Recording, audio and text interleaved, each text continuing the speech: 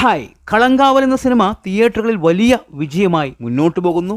നല്ല രീതിയിൽ ഇപ്പോൾ സിനിമയ്ക്ക് കളക്ഷൻ വരുന്നുണ്ട്. സിനിമയ്ക്ക് മികച്ച രീതിയിലുള്ള അഭിപ്രായമാണ് ഇതുവരെ വന്നിരിക്കുന്നത്. ഭൂരിഭാഗം റിവ്യൂവേഴ്സും സിനിമയെക്കുറിച്ച് നല്ലത് തന്നെയാണ് പറഞ്ഞിരിക്കുന്നത്.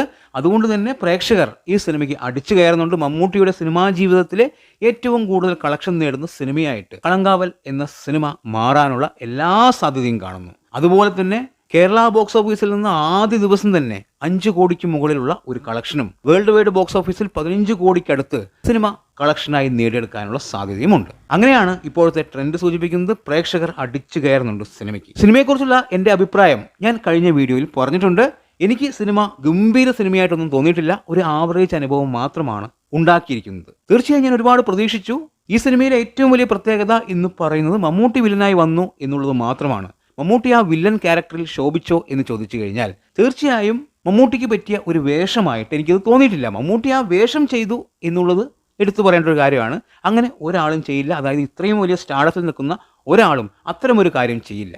ആ റിസ്ക് മമ്മൂട്ടി ഏറ്റെടുത്ത് അത് ചെയ്തു എന്നുള്ളത് വലിയൊരു കാര്യമാണ്. കാരണം പക്ക ഒരു വില്ലനാണ്. ഒരു ഹീറോ വില്ലനായി അഭിനയിക്കുമ്പോൾ അതിൻ്റെതായിട്ടുള്ള പ്രാധാന്യം സാധാരണ കൊടുക്കാറുണ്ട്. ഈ പടത്തിൽ അത്തരം കാര്യങ്ങളൊന്നും ചെയ്തിട്ടില്ല. അവസാനം കുറച്ച് സംഭവം ഒഴിച്ചു നിർത്തി കഴിഞ്ഞാൽ ഒരു സാധാരണ ഒരു വില്ലൻ ക്യാരക്ടർ അത് മമ്മൂട്ടി ചെയ്തു എന്നുള്ളത് തന്നെയാണ് ഏറ്റവും വലിയ പ്രത്യേകത. പക്ഷെ അതിൽ മമ്മൂട്ടി ഗംഭീരമായില്ല, അല്ലെങ്കിൽ ആ ക്യാരക്ടർ മമ്മൂട്ടിക്ക് ചേരുന്നതായിരുന്നില്ല. അതെന്താണ് എന്ന് ചോദിച്ചു കഴിഞ്ഞാൽ ഈ സിനിമയിൽ സ്ത്രീകളെ വശീകരിച്ച് കൊല്ലുന്ന ഒരു സൈക്കോ ആയിട്ടാണ് ആ ക്യാരക്ടറിനെ നമ്മൾക്ക് കാണിച്ചു തരുന്നത്. അപ്പോൾ അതിൻ്റെ ടീസർ വന്ന സമയത്ത് നമ്മൾ കണ്ടൊരു കാര്യമുണ്ട്. മമ്മൂട്ടി സിഗരറ്റ് വായിൽ വെച്ച് ഒരാളെ നോക്കുന്നത്. അതിൽ ആ നോട്ടത്തിൽ തന്നെ ഒരു വശീകരണം ഉണ്ടായിരുന്നു. അതുപോലെ തന്നെ നാവ് വെച്ച് കുറച്ച് സംഭവങ്ങൾ പുള്ളി കാണിക്കുന്നുണ്ട് ടീസറിൽ. അതിലെല്ലാം അതുണ്ടായിരുന്നു. അത് വലിയ പ്രതീക്ഷയാണ് തന്നത്. പക്ഷേ സിനിമയിലേക്ക് വരുമ്പോൾ ആ ടീസറിൽ കണ്ട ആ ഭാഗം മാത്രമേ ഉള്ളൂ. അതിനപ്പുറം ഒന്നുമില്ല. ഒരുപാട് സ്ത്രീകളെ മമ്മൂട്ടി കൊല്ലുന്നുണ്ട്. അത് എന്തിനാണ് കൊല്ലുന്നത്, എങ്ങനെയാണ് അവരെ വശീകരിച്ചത്, ഇതൊന്നും കാണിക്കുന്നില്ല.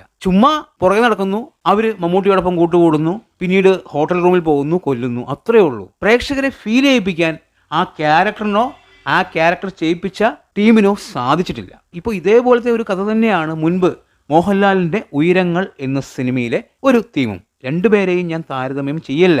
ഉയരങ്ങളിൽ എന്നുള്ള സിനിമയിൽ മോഹൻലാൽ ഇതുപോലെ സ്ത്രീകളെ വശീകരിച്ച് കൊല്ലുന്ന ഒരാളാണ്, വില്ലനാണ്. അതിന് നമുക്ക് കൃത്യമായി കാണാൻ സാധിക്കുന്നുണ്ട്. മോഹൻലാൽ വശീകരിക്കുന്നത്, അവർ അതിൽ വീഴുന്നത്, അതിനുശേഷമുള്ള സംഭവങ്ങളെല്ലാം കൃത്യമായി നമ്മൾക്ക് കാണിച്ചു തരുന്നുണ്ട്, നമുക്ക് മനസ്സിലാക്കി തരുന്നുണ്ട്. പക്ഷേ ഈ സിനിമയിൽ അങ്ങനെ ഒരു സംഭവം ഒന്നും കാണിക്കുന്നില്ല. ആ വില്ലന്റെ ഡെപ്ത് നമ്മൾക്ക് കിട്ടുന്നില്ല. മമ്മൂട്ടി അല്ലായിരുന്നു എങ്കിൽ ഒരുപക്ഷെ കുറച്ചുകൂടി ബെറ്ററായി നമ്മൾക്ക് ഫീൽ ചെയ്യുമായിരുന്നു എന്നാണ് എനിക്ക് തോന്നിയിരിക്കുന്നത്. അതുപോലെ തന്നെ വിനായകന്റെ ക്യാരക്ടർ എന്തോ പിടിച്ചു വെച്ച് അഭിനയിക്കുന്നത് പോലെയാണ് എനിക്ക് തോന്നിയിരിക്കുന്നത്.